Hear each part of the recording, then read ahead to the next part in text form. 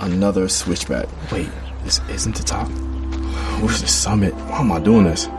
At REI Co-op, we believe there are places within ourselves Almost there. You got this. that we find only outside. Wow. This is worth it. We have the gear, inspiration, and advice to help you get there. REI Co-op. Visit rei.com. This episode is brought to you by LifeLock. Between two-factor authentication, strong passwords, and a VPN, you try to be in control of how your info is protected. But many other places also have it, and they might not be as careful. That's why LifeLock monitors hundreds of millions of data points a second for threats. If your identity is stolen, they'll fix it, guaranteed, or your money back. Save up to 40% your first year. Visit lifelock.com/podcast for 40% off. Terms apply. ¿Hablas español? Sprichst du Deutsch? Kan du norsk? If you used Babbel, you would. Babbel's conversation-based techniques teaches you useful words and phrases to get you speaking quickly about the things you actually talk about in the real world, with lessons handcrafted by over 200 language experts and voiced by real native speakers. Babbel is like having a private tutor in your pocket. Start speaking with Babbel today. Get up to 55% off your Babbel subscription right now at babbel.com/Spotify. Spelled BABBEL.com/Spotify. Rules and restrictions may apply. Bien, bonjour et bienvenue sur Ça j'ai parlé fort, podcast qui a pris une petite pause et qui revient enfin après quelques mois d'arrêt. Je suis Marie Arnoux, je suis coach, mentor et thérapeute somatique pour globalement les femmes qui ont la dalle. Pour plus d'infos, on en parlera peut-être pendant l'épisode et vous pourrez aller voir les infos dans la description de l'épisode. Et j'ai le plaisir aujourd'hui de recevoir Yann Desforelles, que j'ai rencontré via les réseaux sociaux. Formidable fenêtre pour découvrir des personnes dans le même secteur que nous. On a un long épisode aujourd'hui qui va se diviser en deux grandes parties, mais avant de vous présenter les sujets, je vais laisser se présenter Yann. Donc, Jean-Marie, merci pour l'invitation dans le podcast. Je suis vraiment heureux et honoré de pouvoir participer à cet échange. Donc, je m'appelle Yann, j'ai 33 ans, je suis coach, thérapeute et mentor holistique, principalement pour les hommes, au service du masculin. Ça fait maintenant 7 ans que je suis dans l'accompagnement, au départ plus sur la partie physique et somatique, et aujourd'hui, je travaille avec toute la dimension énergétique et chamanique. J'ai créé ma communauté d'hommes aussi cette année. Et j'œuvre avec ma compagne Alexia dans le concept La Voix du Cœur, où on accompagne les couples et les hommes et les femmes dans cette union sacrée. Mon intention aujourd'hui pour ce podcast, ça serait de partager qu'est-ce qui m'anime, de pouvoir aussi joindre nos deux médecines et de pouvoir apporter une perspective et un œil différent sur le quotidien que l'auditeur puisse avoir. Alors du coup, moi ce qui m'avait appelé beaucoup sur ton profil, c'est la dimension justement qui va occuper la première partie de notre épisode, à savoir la dimension des psychédéliques, ou plutôt dans le jargon, les médecines sacrées. Donc pour ceux qui l'ignorent, ou pour ceux qui n'y connaissent pas grand-chose, il y a effectivement une émergence de l'intérêt pour les psychédéliques, à savoir des plantes ou des substances plutôt globalement de manière d'origine naturelle, mais tu me confirmeras parce que c'est pas ma spécialité, et qui ont des vertus, qui auraient des vertus en tout cas sur la sphère émotionnelle, psychologique des personnes. Donc pour cette première partie, on a décidé de parler de ce sujet-là parce que c'est un sujet sensible.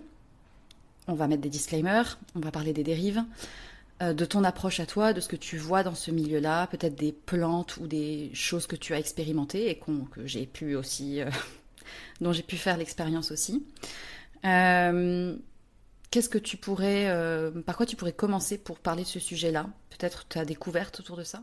Pour parler vraiment des plantes sacrées, ce qu'on entend par là, c'est que c'est des médecines qui sont utilisées par les peuples premiers depuis des générations et des générations, à la base pour recevoir les enseignements, et aujourd'hui, ces plantes se sont adaptées pour la guérison.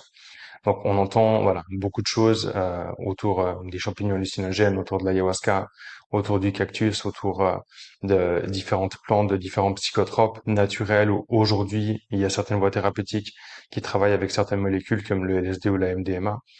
C'est pas un sujet que je vais aborder car c'est pas ma voie de travail, donc je vais vraiment rester sur l'approche chamanique et comment les natifs l'utilisent. Je tiens juste à préciser que ce que je vais partager, c'est dans mon expérience personnelle, ce que j'ai pu observer chez moi, chez les personnes avec qui je travaille, et ce sont des plantes qui sont utilisées justement dans certains pays, en Amérique du Sud, en Amérique centrale principalement, et que voilà, il y a une législation en France et en Occident qui n'est pas la même que dans ces pays-là où c'est autorisé. Donc en aucun cas, je vais faire de la promotion ou promouvoir, je vais parler vraiment des bienfaits, qu'est-ce qu'apporte une médecine à part entière. Mon chemin, il a été après voilà mon adolescence, le début de la vie adulte où j'ai eu une période de tougher, de fêtard, où j'ai pu découvrir certaines choses dans ce milieu-là. Puis après où j'ai eu carrément un rejet, un rejet de tout ce qui me mettait dans des états de conscience modifiés pour redécouvrir en fait ces plantes sacrées à la source à travers des locaux, à travers différents chamans, à travers des personnes qui partagent vraiment ces sagesses depuis le cœur et qui aujourd'hui, si on voit ces médecines tellement se développer, se déployer dans le mode occidental et dans la vague New Age aussi, il y a une part car l'homme et la femme ont besoin de se reconnecter à la nature, car avant tout une plante, elle va nous chercher, elle va nous enseigner comment nous reconnecter à la nature et à notre nature profonde, et pour recréer ce lien entre nous, et dans ce but de réguler notre système nerveux. Pour moi, c'est vraiment l'essence première de recréer le lien Mm.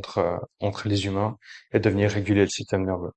Car ce que j'ai pu observer à travers les différentes personnes et les chamans que j'ai pu avec qui j'ai pu travailler en Amérique du Sud, c'est que là-bas les gens ont un système nerveux qui est beaucoup plus régulé que le nôtre. Ils sont beaucoup Mm. moins stressés, il y a beaucoup moins de traumas qui sont engendrés et ils sont beaucoup plus présents dans le corps, dans ces chakras du bas.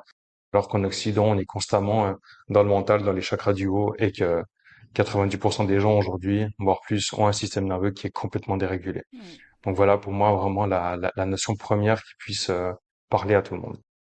Hyper intéressant. Et alors, c'est marrant que tu en parles quand même de cet aspect fête, tougher, parce que aujourd'hui, alors j'ai eu ma période aussi grosse fêtarde que j'ai découvert très tardivement quand j'avais 26-27 ans, après une très longue période de maladie, ou bref, longue période d'anorexie où je n'étais pas vraiment vivante.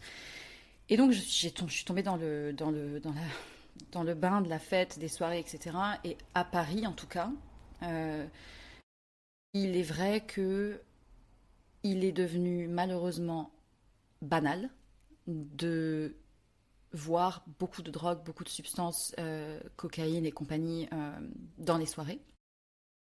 Et effectivement, moi, j'ai découvert à ce moment-là certaines substances, notamment la MDMA, la MDMA pendant les soirées. Et encore une fois, disclaimer, ce n'est pas une invitation à en consommer, mais c'est vrai que ça fait atteindre des états de conscience modifiés qui, je pense, sont en fait des choses que l'on a naturellement en nous et qui nous permettent de momentanément retirer nos masques, retirer nos protections. Et je pense que pour certaines personnes, ils viennent y chercher aussi une connexion qu'ils ont peut-être du mal à trouver de manière en temps normal. Et ensuite, pareil, j'ai eu un moment rejet où, enfin, vraiment, ça m'a dégoûté, ça m'a écœuré. Donc maintenant, je peux faire la fête sans rien, il n'y a pas de souci. Mais je me suis intéressée aussi aux psychédéliques et aux plantes sacrées, en sachant qu'en France, encore une fois, on est assez limité sur cet accès-là parce que bah, c'est illégal et que c'est pas les pays d'origine.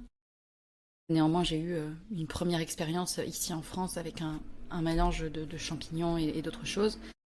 Et ensuite, j'ai eu une expérience un peu plus intense, dont on parlera peut-être, au Mexique. C'est aussi intéressant ce que tu évoques sur le système nerveux des gens là-bas, parce que pour avoir été au Mexique, du coup, il est vrai que les gens sont... Alors, ils ont aussi leurs problèmes. Il y a une part de modernité dans certaines zones où bon, ils ont une vie, on va dire, occidentalisée sous certains aspects. Mais ils ont une espèce d'ancrage, d'ouverture et de conscience qui est beaucoup plus grande qu'en France. Et quand je suis revenue en France, c'était quand même assez choquant de voir le décalage. Après, je ne sais pas s'il y a que le côté médecine sacrée qui joue là-dedans ou si c'est plus une manière d'être et une manière de vivre plus générale. Je trouve ça intéressant que tu évoques ça. Et à quel moment, toi, tu as commencé à travailler avec ces plantes? Est-ce que tu as commencé par en prendre? Est-ce que ensuite Enfin, comment tu t'es formé un peu à ça? Comment tu t'y es intéressé? Après avoir eu des années où j'étais entrepreneur, j'avais mon entreprise, je faisais du bodybuilding à haut niveau, des compétitions, j'étais dans cette quête de performance, plus. Mhm. Euh, c'est suite à une rupture amoureuse que j'ai eu ce qu'on peut appeler mon éveil, ou cette prise de conscience de revenir dans le corps et revenir dans quelque chose de plus précieux qu'à la perception de la réalité que j'avais. Et les plantes sont toujours venues me chercher. J'aime bien dire qu'une plante maîtresse, on va jamais la chercher, c'est elle qui vient à travers les rêves, à travers une opportunité, à travers des discussions. C'est toujours l'esprit de la plante qui va venir recréer le lien avec nous, avec notre esprit, avant qu'il y ait ce date, cette rencontre qui se fait vraiment dans la matière. Moi, ça commence en douceur. Disons que dans le monde chamanique, j'ai découvert d'abord la médecine du cacao, puis la médecine du tabac, qui sont vraiment deux médecines qui ramènent vraiment dans le corps.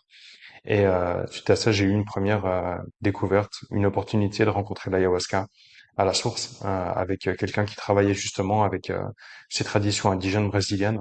Ça faisait une dizaine d'années que j'étais appelé pour rencontrer une fois la médecine, mais j'étais pas prêt dû à la préparation alimentaire que ça demande, la manière de changer mes habitudes, et je sentais que c'était pas encore le moment. Et au moment où je l'ai rencontré, ça a été vraiment, j'avais une intention précise. Car c'est clair que c'est pas juste du folklore spirituel, c'est pas juste du tourisme pour vivre une expérience fun et atteindre un état de conscience modifié. C'est vraiment avec une intention. Qu'est-ce que je souhaite guérir? Qu'est-ce que je souhaite pouvoir observer et toucher à l'intérieur de moi que j'ai pas l'opportunité de toucher dans mon champ de conscience au quotidien, dû à tout le stress que j'ai, dû à ma routine, dû à la perception de la réalité que j'ai.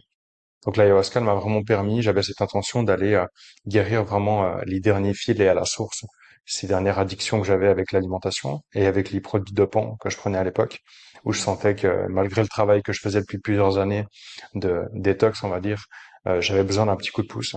Et j'ai vraiment pu passer au travers. Elle m'a montré vraiment quelle était la part blessée en moi qui s'accrochait encore à cette addiction, à ce mal-être, à cette souffrance, à cette dépendance à l'extérieur, pour pouvoir guérir ça. Forcément, c'est le rapport à la mer, et l'ayahuasca, on dit que c'est la mer dans les traditions Mhm. indigènes, c'est vraiment elle qui est venue mettre ça en lumière. Et le lendemain, on a eu un deuxième sort de cérémonie où là, la plante, elle m'a dit, bah, ok, mon gars, maintenant, il faut que tu viennes à la source dans la forêt amazonienne pour nous rencontrer. Et c'est là que mon chemin du chamanisme s'est vraiment ouvert et que j'ai pris cette vocation et qu'aujourd'hui, c'est mon activité principale. C'est ce qui me fait vivre, c'est ce que je propose dans mes espaces, dans les retraites, car ça a été une reconnexion et un appel de l'âme. Donc voilà comment, disons, la découverte avec ces médecines-là s'est faite de mon côté. Euh, Qu'est-ce que tu as, comment ça s'est, enfin, si tu pouvais en quelques mots décrire cette traversée avec l'ayahuasca. Moi, je te partagerai ensuite le vécu que j'ai eu avec ma première expérience qui, à ce qu'il paraît, ressemble à un petit ayahuasca doux.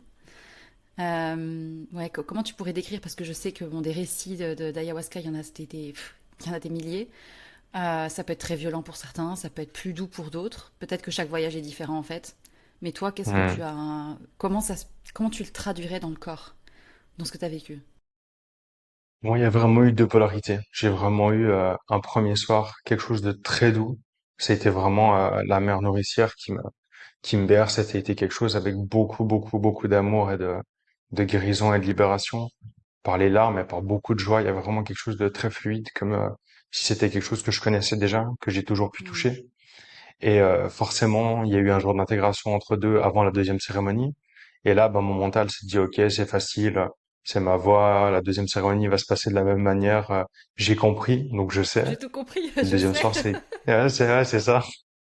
Et le deuxième soir, c'était hyper challengeant. Il y a eu vraiment une mort renaissance. Et l'ayahuasca elle est là pour nous apprendre, pour nous montrer la réalité de la vie, la beauté de la vie, mais pour nous apprendre aussi à mourir. Et je sais que pendant cette cérémonie, j'étais dans mon mental à fond, je sentais tous ces inconforts dans mon corps, je sentais que je me crispais, que je me repliais sur moi, et il y a un moment où j'avais l'impression que je respirais une fois par minute et que je sentais quasiment plus les battements de mon cœur. Et j'essayais toujours de m'accrocher à quelque chose, puis je me suis dit, en fait, si je dois mourir, c'est là, c'est ok. Et à partir du moment où je me suis dit ça, où j'ai complètement lâché, il y a eu un blackout total.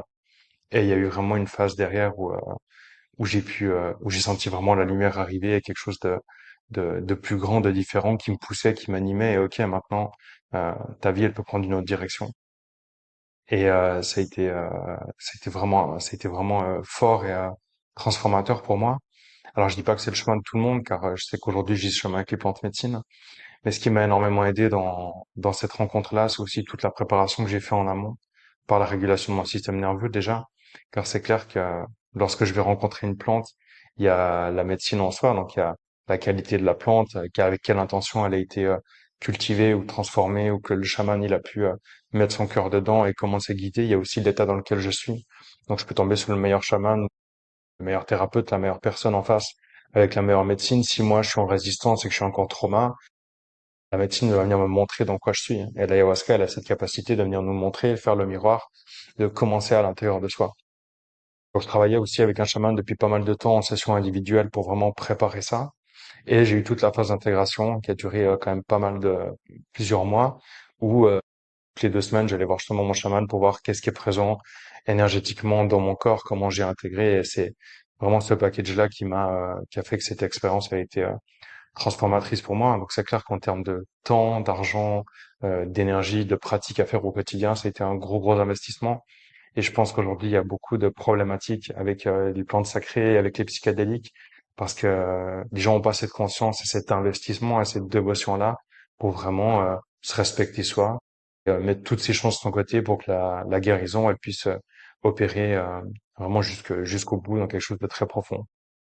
Ouais, ça me parle beaucoup ce que tu dis parce que euh, moi, ça fait déjà un long moment que je travaille sur mon système nerveux par le travail somatique. Parce que littéralement, un système nerveux, peut-être, bon, je pense qu'on parle à des auditeurs qui sont assez conscients et éveillés sur ce sujet, mais en cas où on ne sait jamais, quand on parle de régulation du système nerveux, c'est-à-dire que tous les événements stressants de notre vie, des peurs, des projections, des insécurités, que ça soit de notre enfance, de notre adolescence, de relations passées, du transgénérationnel, se figent dans notre système nerveux avec une espèce de schéma de stress et de résistance qui fait que on va naturellement vers des mêmes situations, des mêmes relations où on a des blocages avec l'argent ou autre, parce que notre système nerveux est dans un, je le schématise comme un peu étriqué dans ses croyances et dans ses résistances, et qu'on a du mal à vivre d'autres choses, une autre réalité, sans collapser, être en résistance,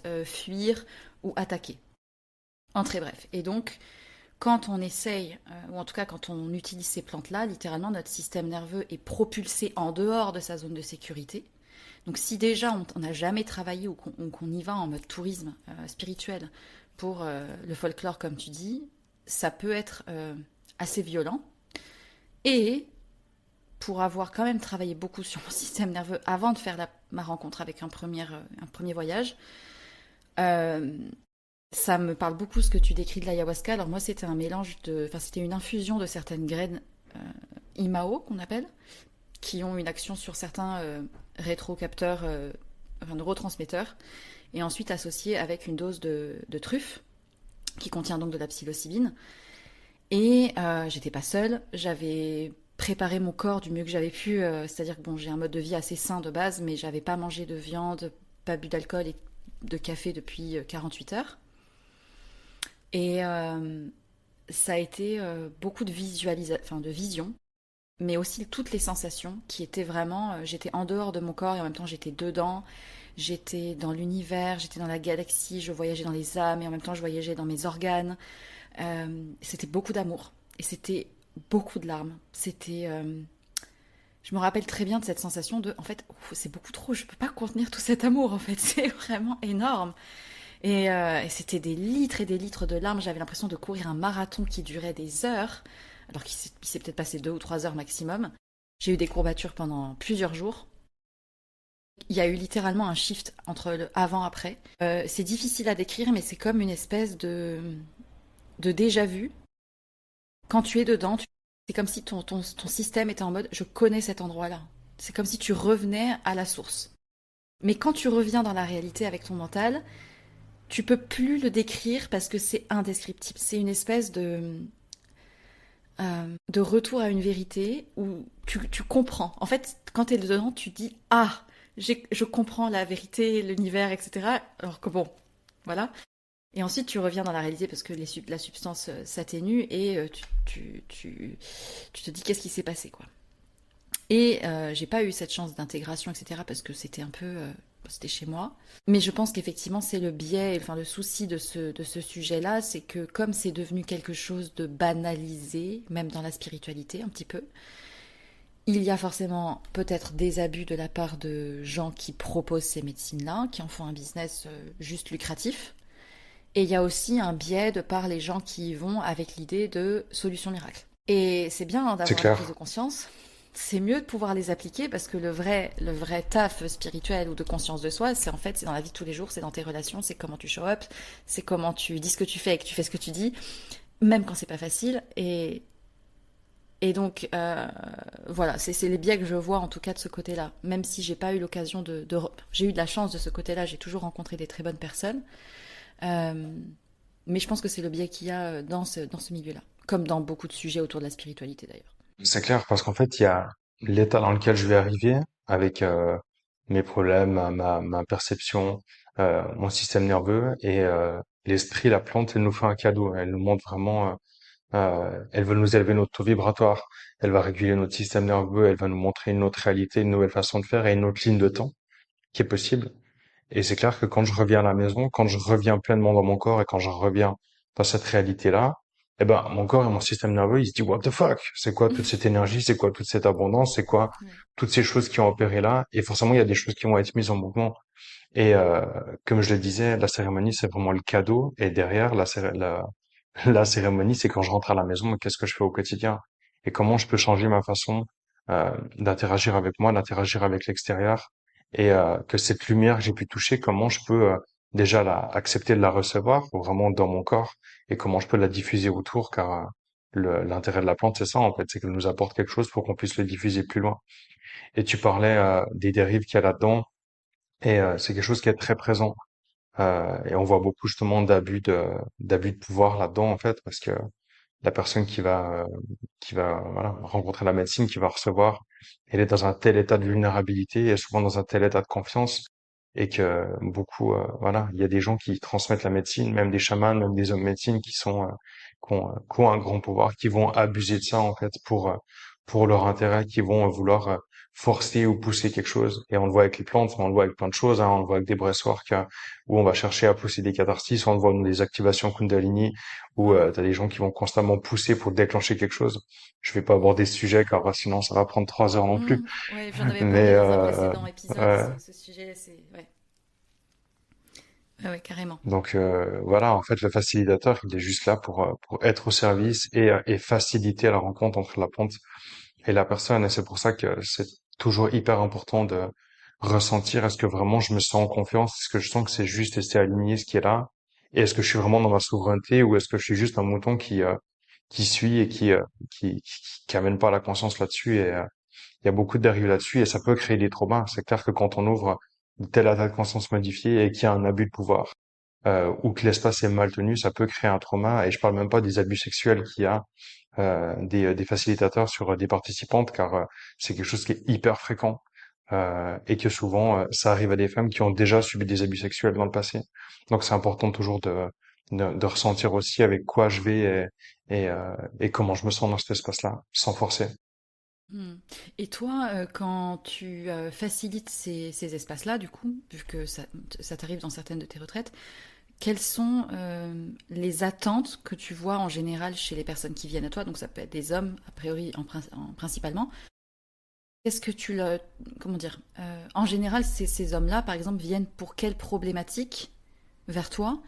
Et qu'est-ce que tu as pu voir comme changement concret opéré, pas grâce à la médecine, mais euh, avec cette aide-là sur le chemin? Alors, déjà, dans les espaces que je propose pour les hommes, ou même dans le mix qu'on propose avec ma chérie, c'est pas uniquement une retraite de plante. La plante, elle arrive à certains moments dans certaines cérémonies, mais il y a tout le travail somatique à côté, par le breathwork, par les bains glacés, par le yoga, le sport, le mouvement, euh, plein de choses qu'on propose, le sound healing, la musique, dans ces espaces-là pour vraiment créer déjà un environnement safe pour la personne et que la médecine puisse aller en profondeur toucher ce qu'il faut.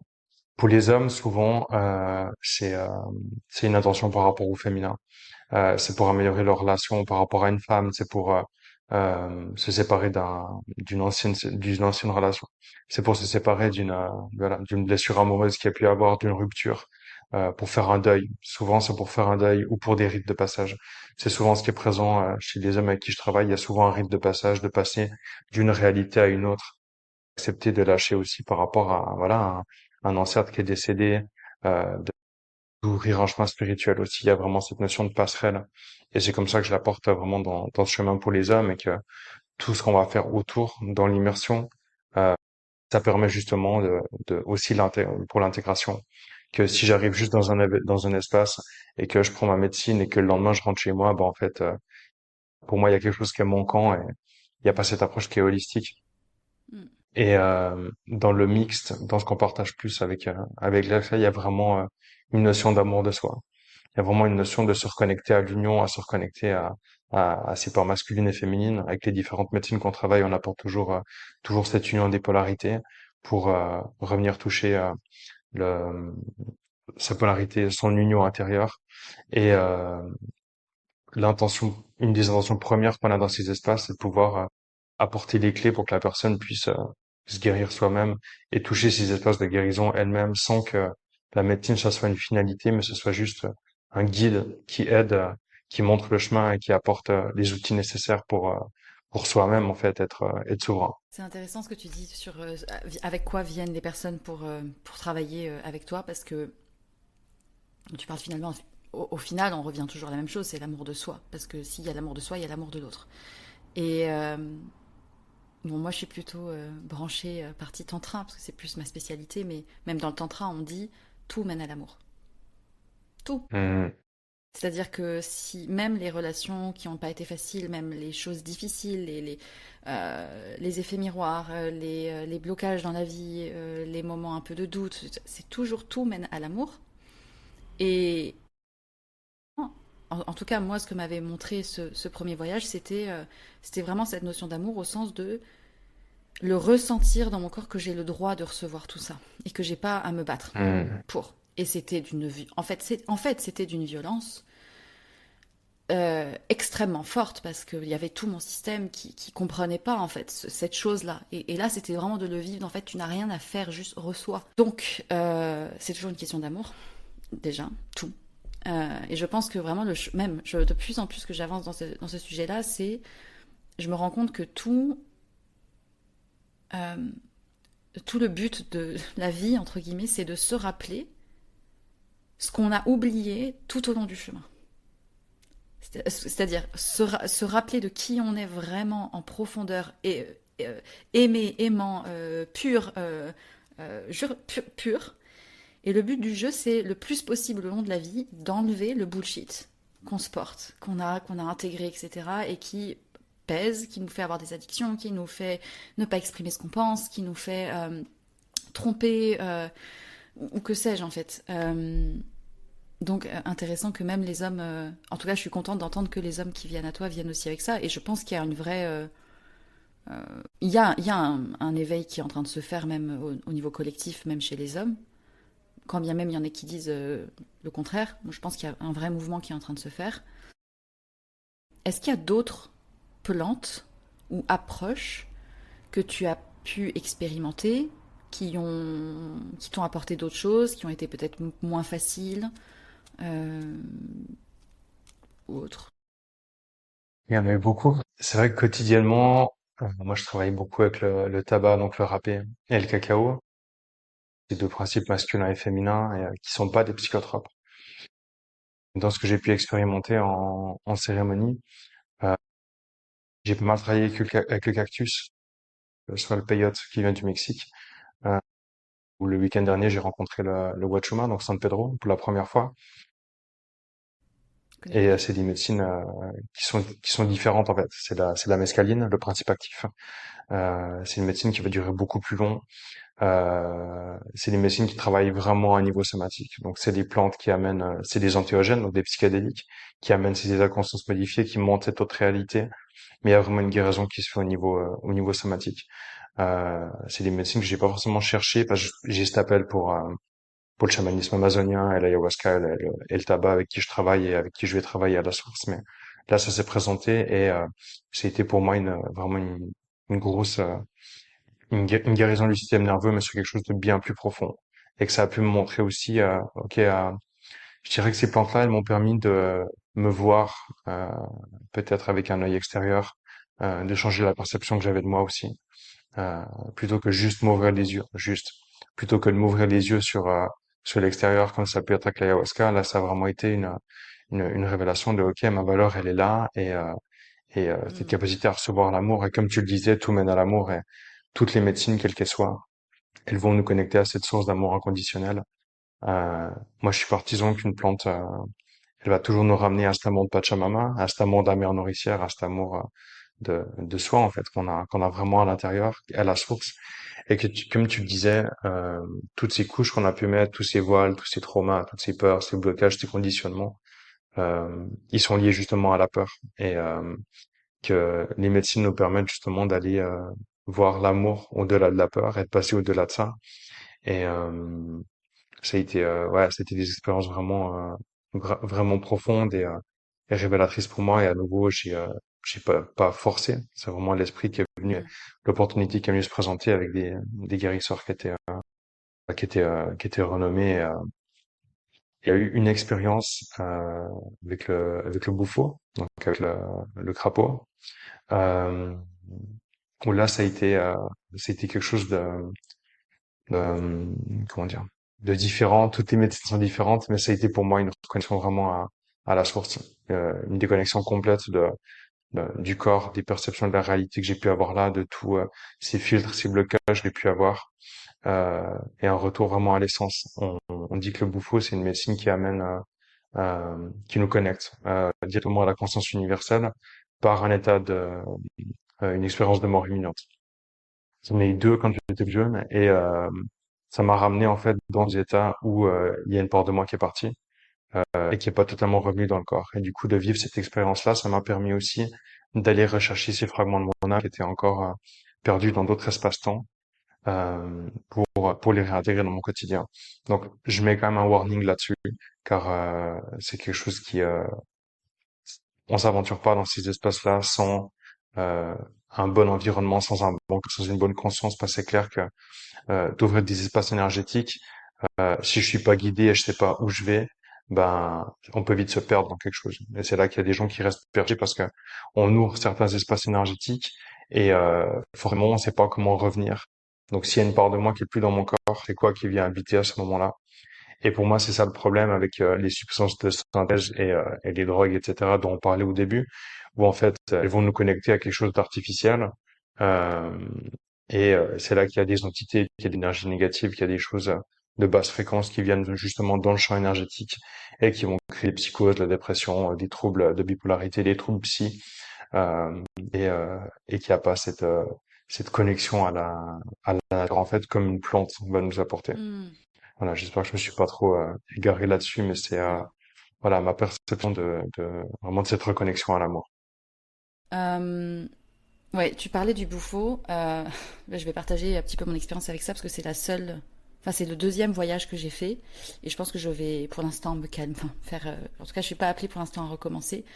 Petit aparté, mais le bouffo et donc comme tu disais, le crapaud, c'est le bouffo alvarius, c'est une grenouille qui contient dans son dos une substance qui s'appelle la DMT, qui est le psychédélique le plus puissant au monde. Même substance, donc la DMT, que normalement notre glande pinéale produit au moment où l'on meurt. Il y a beaucoup d'études scientifiques qui ont été faites, ils sont encore en train de faire plein de recherches dessus, etc. Mais ce qu'ils ont pu voir, c'est que les personnes qui ont pris de la DMT, notamment par le bouffon alvarius, donc ça se fait sous forme d'inhalation, ont des marqueurs cérébraux qui traduisent une expérience de mort imminente, donc comme tu le disais. Et c'est très marrant ce que tu dis aussi au début en disant c'est la plante qui t'appelle parce que quand je suis allée au Mexique, je savais que j'avais une intention de rencontrer les médecines sacrées. Et bizarrement, j'étais pas du tout appelée par l'ayahuasca. Et c'était vraiment, j'avais entendu parler du bouffo et c'était, je voulais aller vers ça.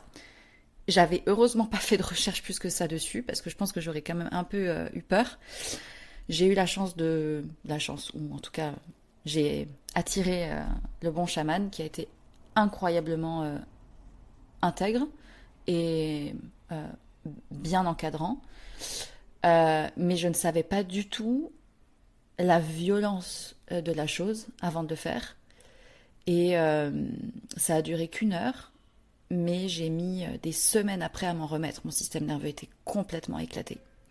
J'ai pas eu ces mois d'intégration dont tu parles au début, donc je pense que ça peut jouer aussi. Donc heureusement que je me suis intégrée moi-même comme j'ai pu avec ce que je sais et les outils que j'ai.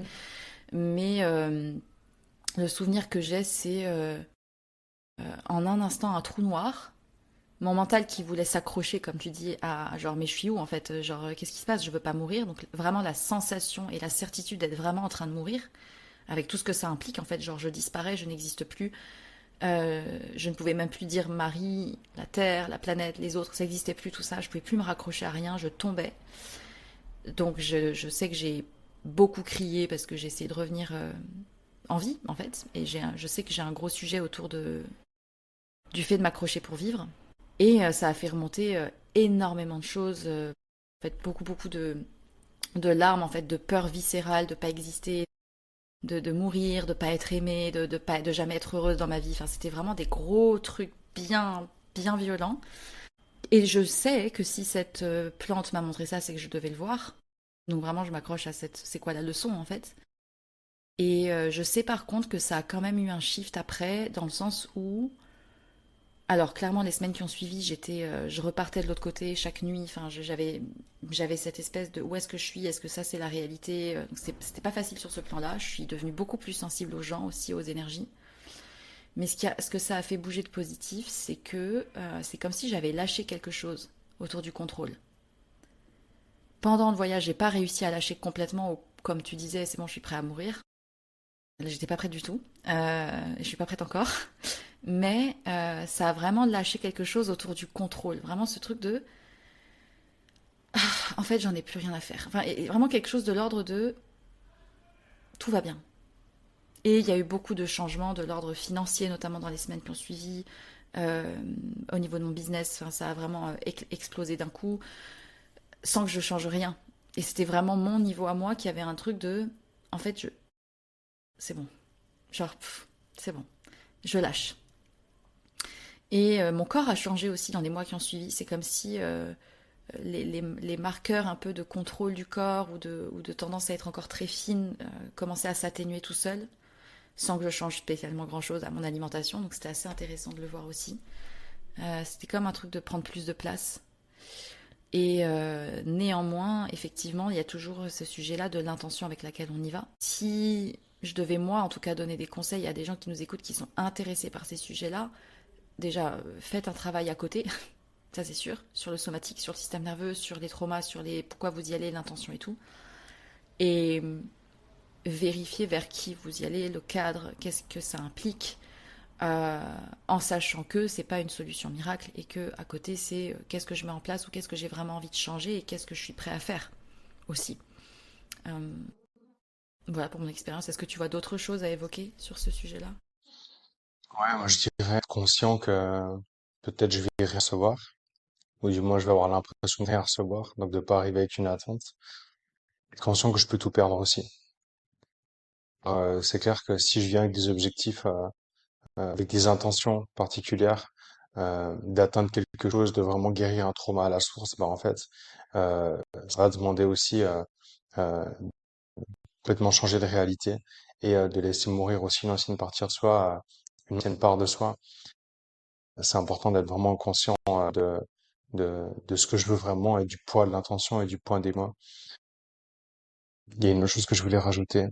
Ouais, en fait, c'est pas un cheat code d'une médecine, ça va être un accélérateur. Donc, tout le chemin d'éveil, on- il fonctionne très bien sans médecine. Et le chemin d'éveil avec les médecines, il fonctionne très bien, mais c'est nécessaire de faire ce travail sans médecine à côté. Si je crée pas le récepteur, si je vais pas faire une pratique, si je fais pas du yoga, si je fais pas, voilà, t'as parlé du tantra, moi j'ai fait beaucoup de tantra aussi au début de mon chemin avec la médecine. Si je crée juste pas la capacité à recevoir aussi euh, ces changements et l'esprit de la plante, euh, je peux pas et ça va créer un décalage. Donc soit je vais rien ressentir. Il y a des gens qui m'ont dit, moi j'ai jamais ressenti avec l'ayahuasca. ou ça peut être ultra violent avec des traumas dessus. Et du coup, pour l'intégration, la même chose. Il y a vraiment ces deux voies qui sont nécessaires quand on travaille vraiment avec les plantes. Il y a un ouvrage de Stéphane Schilliger, La sagesse interdite, qui est hyper intéressant, où il parle justement du chemin avec les plantes et du chemin sans les plantes, qui est, qui peut être vraiment une lecture intéressante là-dessus. Euh, et à nouveau, je dirais de rien forcer. Et peut-être une chose que j'aimerais rajouter, euh, c'est en lien avec la préparation aussi alimentaire, auto-vibratoire dans lequel je suis. C'est clair que quand je vais me préparer pour rencontrer une médecine et que j'ai l'esprit de la plante qui va venir aussi dans mon champ énergétique, donc c'est comme si j'ai cet esprit qui est en moi maintenant, que mon taux vibratoire il est beaucoup plus haut. Si derrière je vais faire n'importe quoi, que je vais partir dans toutes mes addictions, que je vais prendre des drogues, que je vais boire de l'alcool, que je vais pas respecter la préparation l'intégration alimentaire derrière, il y a quelque chose où mon taux vibratoire va chuter. Donc déjà l'esprit de la plante, il va se dire qu'est-ce que je reste, qu'est-ce que je fous ici, je vais me barrer. Et c'est là que justement il y a des entités ou des choses qui peuvent venir qui sont pas très cool et qui créent des problèmes justement par la suite, qui peuvent créer des problèmes de santé. Donc c'est important de vraiment mettre la conscience là-dessus et de pas forcer. Hyper intéressant. J'allais t'embarquer sur le sujet des entités, mais sinon on est encore pour dans une heure. C'est pas ma spécialité, mais c'est vrai que là, les gens qui sont un peu cartésiens, ils vont se dire, allez, c'est bon, ils sont partis, eux. Mais il y a des vrais sujets autour de ça. Moi, quand j'ai été formée par l'approche énergétique, etc., quand on a été amené à guider des activations Kundalini ou autres, il y avait des, euh, des moments où nos formateurs nous ont montré là qu'avec certaines personnes qui avaient des entités, en fait, ça se voyait, les mouvements des corps étaient différents, etc. Euh, c'est pas ma spécialité, je maîtrise assez peu ce sujet-là, mais il est vrai qu'effectivement, il y a des endroits, des lieux et des habitudes qui renforcent le risque d'avoir on va dire, ces choses qui viennent à nous et qui font pas partie de nous et qui nous polluent. Euh, donc très intéressant et encore une fois disclaimer pour ceux qui écoutent ça. Oui, il y a des recherches qui sont en cours au niveau scientifique pour l'intégration de certains psychédéliques dans un cadre médical, notamment en France. J'ai discuté avec plusieurs médecins qui m'ont dit que ils commençaient à introduire le LSD et même la kétamine, qui n'est pas une plante à la base, dans certains processus de guérison, notamment pour des cas de troubles psychiques, addiction, dépression grave, etc. Donc il y a évidemment des choses qui sont en cours. Je suppose qu'il y a encore aussi des résistances de la part de notre société moderne à intégrer ces plantes naturelles parce que nous sommes quand même bien gouvernés par les lobbies pharmaceutiques, mais c'est un autre sujet. Néanmoins, pour ceux qui sont intéressés, voilà, encore une fois, potentiellement aller à la source. Donc rendez-vous dans les pays qui en sont les spécialistes en fait. Et ou entourez-vous de personnes comme toi par exemple, qui ont peut-être plus de connaissances et qui peuvent guider soit à travers des retraites, soit vers des ouvrages ou des chemins qui peuvent les accompagner pour pourquoi pas aller vers ces plantes-là comme accélérateur, pas comme solution miracle. Voilà. Est-ce que tu as un mot de la fin pour cette partie médecine sacrée? Donc ouais, comme tu dis, et moi c'était aussi ce qui m'a changé ma manière de me rencontrer à travers les médecines, c'est d'aller directement à la source. Donc c'est pas évident quand j'ai cette intention-là d'y aller, de tomber sous les bonnes personnes, de pas me faire avoir, parce que c'est clair qu'en tant que blanc, que gringo, quand je vais dans un pays en Amérique du Sud, souvent il y en a qui abusent, il y a des gens qui sont pas forcément sérieux, de tomber sous les bonnes personnes, et c'est pour ça que moi je propose aussi ces espaces-là. En novembre 2026, j'offre l'opportunité pour les hommes d'aller justement en Amazonie brésilienne rencontrer les indigènes à la source avec un travail préparatoire dans un mentorat qu'on va faire avant pour vraiment se préparer à aller rencontrer ces médecines vraiment dans le berceau. Et moi, ça a été l'expérience je pense, la plus transformatrice de ma vie, de vraiment aller, voilà, de l'autre côté de l'océan, de pouvoir laisser tout ce que j'avais derrière pour aller me rencontrer aussi dans le plus brut et le plus sauvage possible. Il y a des gens qui proposent des immersions aussi, donc ça peut être intéressant, voilà, de déjà peut-être rencontrés sur nos terres, chez nous, ou des fois il y a des indigènes qui viennent et qui sont facilités avec certaines personnes pour rencontrer ces médecines-là, ou si vous avez un facilitateur avec qui il y a un feeling et il y a un souhait d'approfondir le travail. Moi, j'ai pas mal de gens qui viennent me voir pour travailler avec moi avec les médecines parce qu'ils sont en confiance, parce qu'ils voient qu'il y a un background derrière et que je vais rien forcer et que je suis dans le respect de la personne en face. Et il y a d'autres personnes qui ont envie de toucher vraiment avec un natif qui va avoir cette sagesse et cette lignée qui travaille depuis des générations avec. C'est clair que c'est deux choses différentes. Ou peut-être qu'avec un indigène, il va pas y avoir quelque chose d'adapté à l'homme occidental et au système nerveux des gens en Occident. Et c'est peut-être une parenthèse que je veux faire, où la manière d'approcher les médecines, de transmettre la médecine, elle va pas être pareille pour un natif que pour quelqu'un chez nous qui a justement ce système nerveux dérégulé, où ça demande une adaptation et un soin qui soit différent. Donc voilà un peu pour ce que je pourrais proposer, ma façon de voir et ce que je conseille aujourd'hui.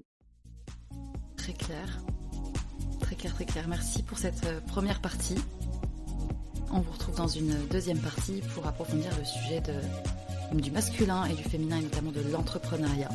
Merci pour votre écoute et à très vite.